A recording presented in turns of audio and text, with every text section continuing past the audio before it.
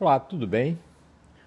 Hoje vamos concluir esse tema sobre psicologia de massa. E eu sou Jonas Luiz da Silva, vírgula de Capuí.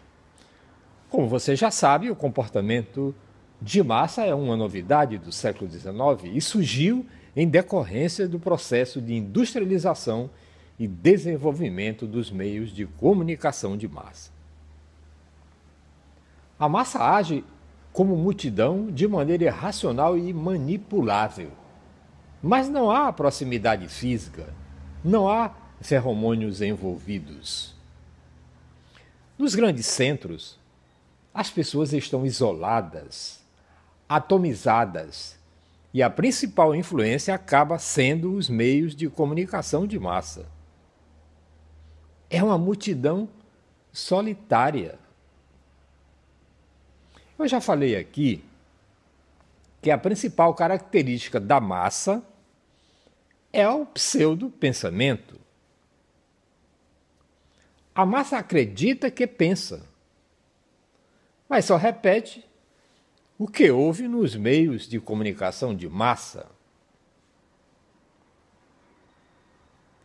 Segundo Luiz Beltrão, o poder massificante da sociedade é de tal ordem que o indivíduo se recusa a acreditar que é apenas uma peça da engrenagem social e que suas ideias são ideias que lhe foram implantadas pela mídia. Ao ser perguntado o porquê de suas ideias, o integrante da massa repetirá exatamente o que ouviu do apresentador de TV favorita, ou então dirá simplesmente: é claro que é assim.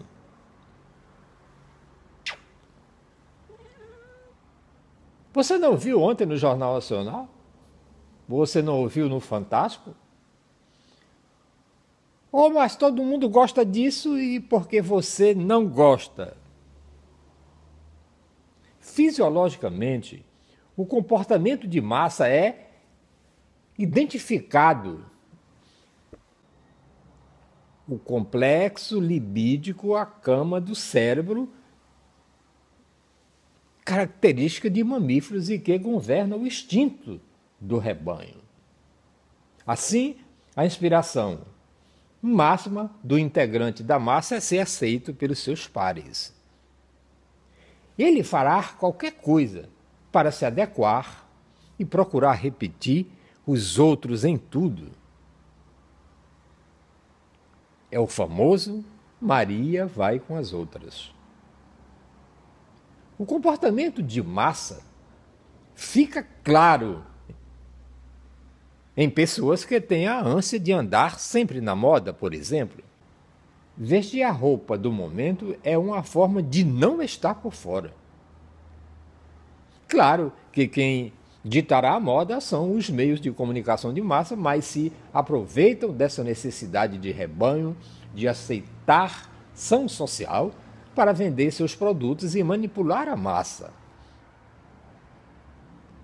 Como a massa não pensa, ela precisa de alguém que pense por ela. Ela precisa de um pai que lhe diga o que fazer.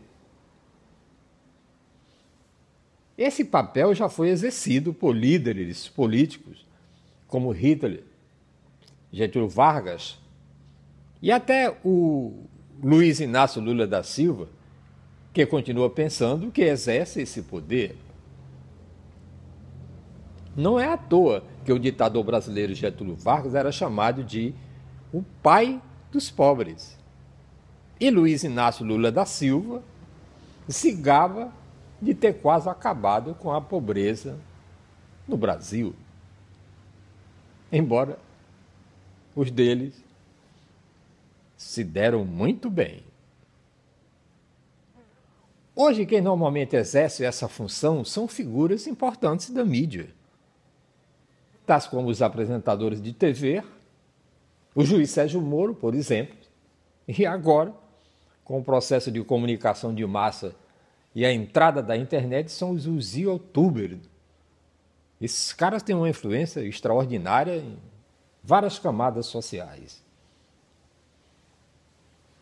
Como obedece cegamente aos impulsos recebidos pela mídia, a massa pode adotar um tom de verdadeiro fanatismo contra qualquer um que ouse discordar dos seus pontos de vista.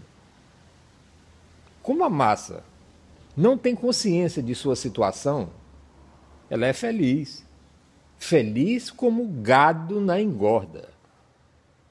Não é à toa que Zé Ramalho nos diz, em sua música, cantada como toada do boi, você lembra? Ah, ó, vida de gado, povo marcado é povo feliz.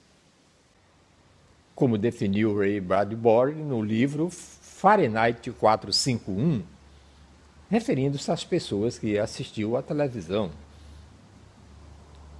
E a terceira forma de comportamento coletivo é o público. A palavra público vem do latim publicus, que significa depois da adolescência, ou seja, público é aquele que alcança a maturidade intelectual e psicológica. E a característica do público é ser racional e defender sua individualidade. Enquanto na multidão o indivíduo quer ser anônimo, enquanto na massa quer ser igual aos outros, no público ele quer ser ele mesmo.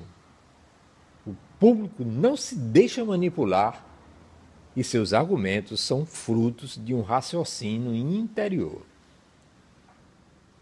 O público defende tal ponto de vista porque refletiu sobre ele e chega a concluir de que essa é a melhor ideia e não porque alguém lhe disse. O comportamento do público é governado pelo neocórtex, que é a camada mais recente do cérebro, que controla a linguagem simbólica, a leitura, o cálculo, a criatividade e a crítica. Em uma perspectiva junguiana, o público é aquele que passou por um processo de individualização e tornou-se capaz de tomar decisões sozinhos, sem precisar de um pai que lhe diga o que fazer. Da mesma forma como a mídia cria massa, pode também ajudar a criar público. Da mesma forma que programas de televisão e filmes podem criar uma consciência crítica em seus receptores, como já vimos em O Homem das Multidões, de Edgar Allan Poe, que antecipou em muitos anos a discussão sobre a sociedade de massa.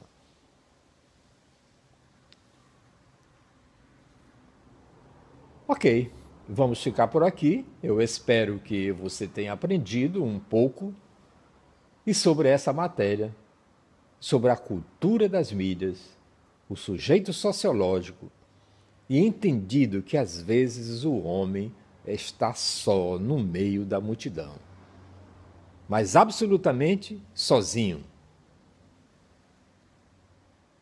Mesmo que, estando na massa, ele não tem ideia que a ideia é do apresentador de TV, dos YouTubes, e a sua opinião não vale absolutamente nada.